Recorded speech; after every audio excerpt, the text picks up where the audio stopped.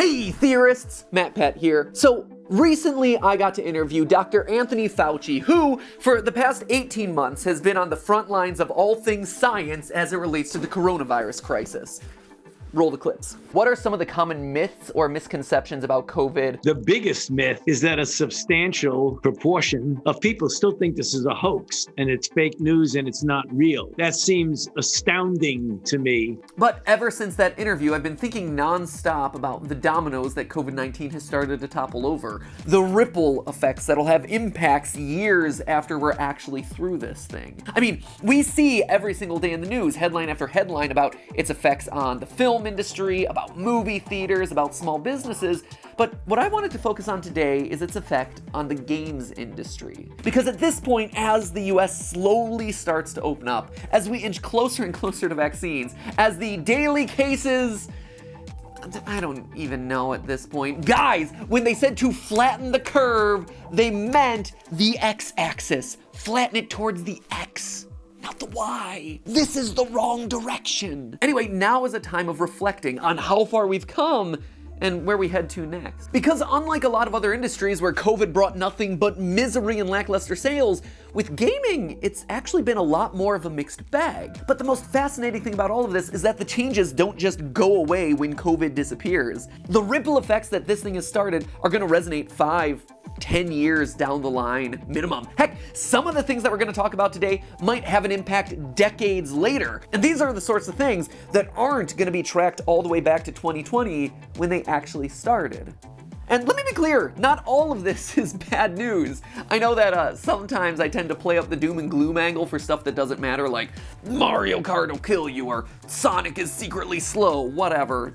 Doesn't matter. But when it comes to this, real world stuff affecting real world people, yeah, an honest, truthful discussion is really important. Because here's the fact, friends. The status quo has fundamentally changed. And we, as fans of this industry, need to know how it's changed and where it's going if we're going to continue to support this industry and the people who work in it. And on that note, here's actually one of the conclusions of the video that I'm gonna get to later, but just want to cut to the chase right now. If you're a budding game developer, coronavirus might just have opened up the most exciting opportunity of your life. 2021 is your chance. But we're gonna get to that later. So let me transform into my animated self and let's begin.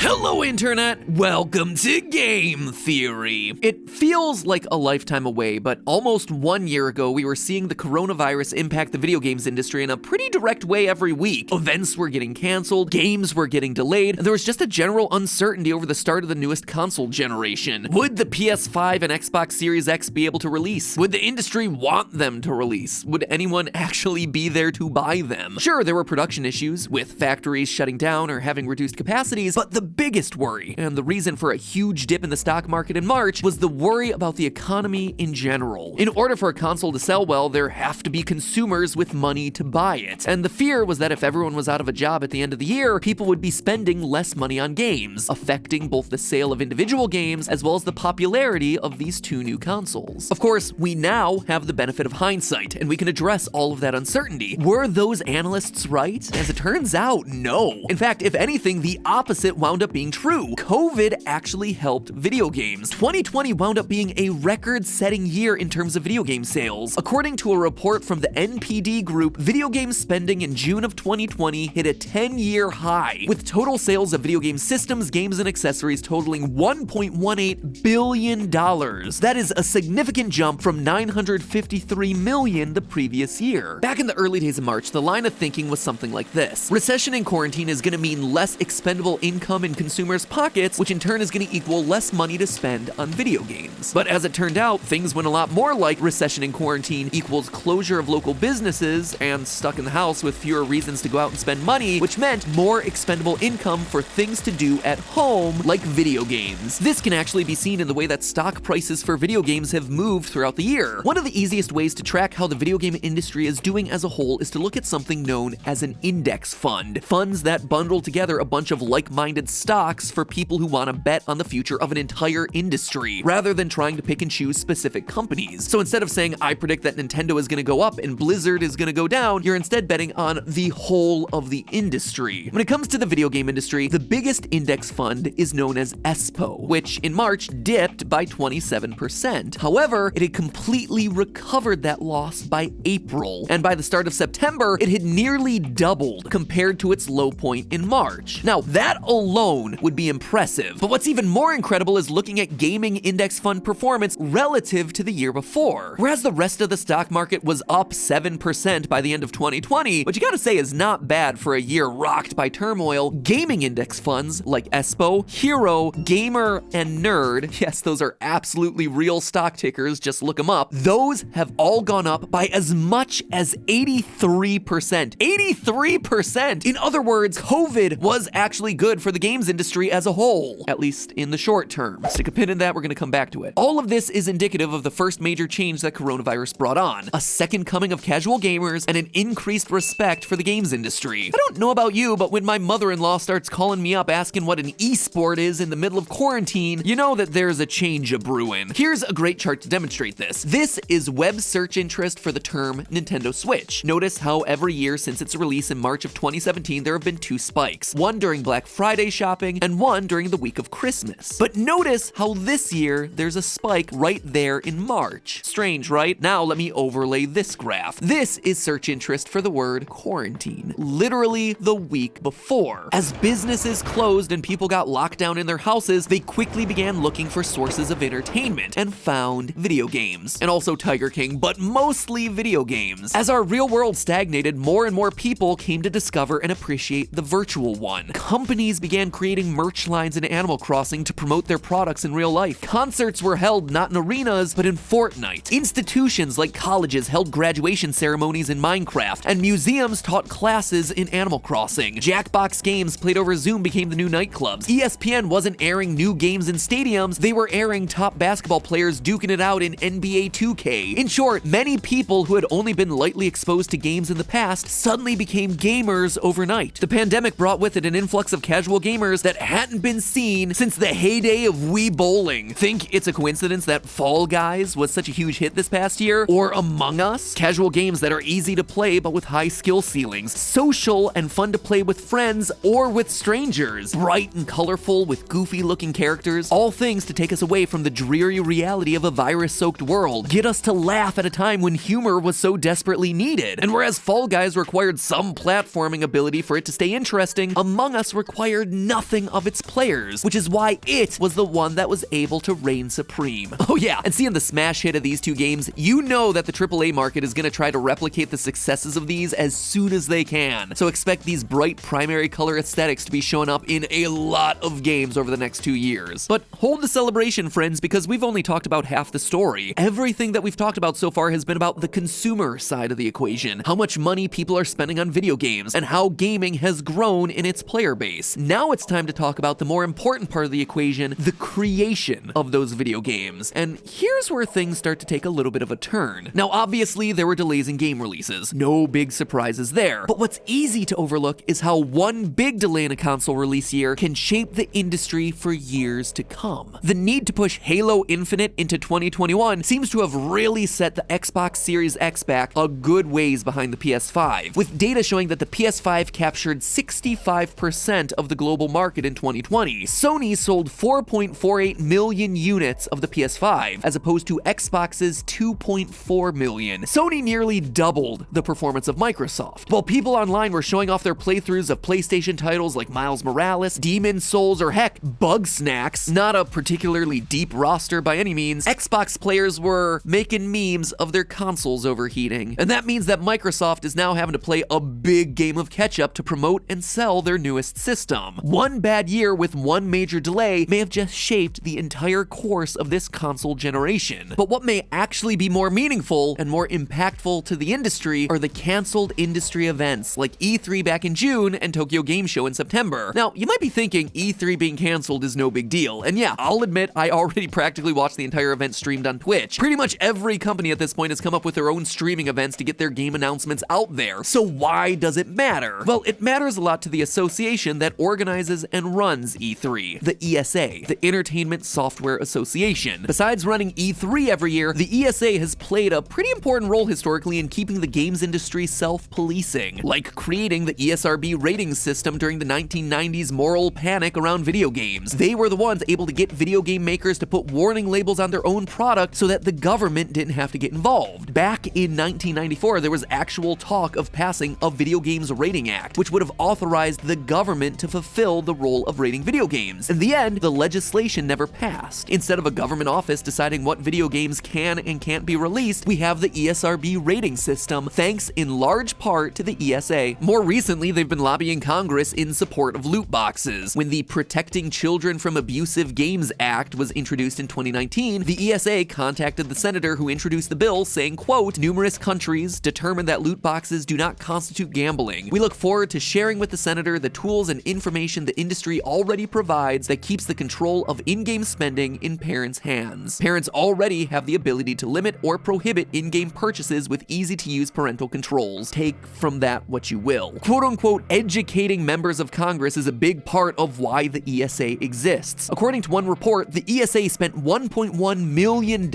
on lobbying in just the first quarter of 2011. For comparison, that is more than Facebook and Google spent on lobbying that entire year. Of course, Facebook and Google have grown quite a bit since then, but still, that is an impressive statistic. And hiring lobbyists costs money, and that money has to come from somewhere, and historically, a significant portion of the ESA's revenue has come from events like E3, which admittedly was already on a downward trend, but coronavirus absolutely decimated that. If the ESA loses E3 as an ongoing revenue source, it could also impact their ability to lobby Congress on behalf of the games industry. And regardless of whether you think that's a good thing or a bad thing, it is certainly a thing that will absolutely impact the industry for years to come. Another industry conference that's less widely discussed, but probably more important, is GDC. If you've never heard of GDC, well, it's probably because it's not for you. The letters stand for Game Developers Conference, and it's an annual gathering of game developers from around the globe to get together to discuss the latest tools, technology, and techniques that they're using for making games. So you're probably thinking, big deal, a bunch of 400-level college lectures about highly specific stuff in video games. It's another thing that can just be streamed, and technically you'd be right. GDC did in fact do virtual talks in 2020. However, there's another part of GDC that's just as, if not more important than the presentations, and that's the networking. You see, GDC is an industry gathering where companies can gather and have business meetings, or start the conversations that lead to future business meetings. For instance, Microsoft has people from the id at Xbox program who go to GDC to talk to indie developers about getting their games onto Xbox. And plenty of indie developers go to GDC to talk to publishers, both big and small, about the possibility of getting funding to publish their game. Fun fact, one member of Team Theorists actually went through that entire process several years ago. What started as a 10-minute tech demo and a dream by 4 indie game devs fresh out of university turned into a relationship with a game publisher that allowed them to expand their team to over a dozen people and spend the next 3 years working on a fully fledged game. No exaggeration, that week-long trip to GDC and the personal meetings that happened there were life-changing. While GDC did do online talks this year, a live stream isn't the kind of thing that can replace that sort of networking. How many students aren't going to get the job as a concept artist or a programmer when they would have if they had just met a recruiter at an event like this? How many indie studios aren't going to find a publisher to fund them because they didn't have the opportunity to meet the right people? The impact of an event not happening can be invisible to a lot of us, but it doesn't make the impact any less real. So in general, the takeaway here is that there is a lot of talent in the market right now, all of them looking for work. So find teams, promote yourself. Heck, use the comments of this video to promote yourself or a new project that you're working on. Share this video so that you have a forum to find each other. Take this time now to start a dream project and find others like you. It might feel like you're alone, but you are not alone. And you guys are stronger working together to get through this difficult transition period. And this leads me to the last big point, which is that video game development in general has slowed down, and we need to be okay with that. According to a gamesindustry.biz article posted on March 5th, the effects of the coronavirus on game development in East Asia had already started to crop up as early as February. According to Alexander Fernandez, the CEO of Streamline Media Group, a company that provides game development services to larger game companies, quote, "You can see the virus is taking over the industry. Pretty much every meeting I had ended up with some form of, do you have resources? I need help. Things are crazy right now." This was a report from February 12th. For reference, the first reported case of coronavirus in Europe was February 14th. That is how early the virus had started to shake the foundations of video game development. And this is one of those places where the games industry can't really catch up. If those workers are out of commission for a period of several months, or are less productive due to not being able to work together in the same office, that's not something you can just make up for once everything comes back to normal. We were lucky. For as bad as 2020 was, the games overall were really solid. Maybe not the best, but far from the worst. And we were able to get so many of them because they were games that had been in the works for a long time. But this year, don't get upset when the release calendar starts looking a bit thin. This is the catch-up year as the industry makes up for lost time. Which leads me to my overall conclusion, and the one that I talked about at the very beginning of this video. If you're an indie dev, now is your chance. Everything that we've talked about today is leading to this being your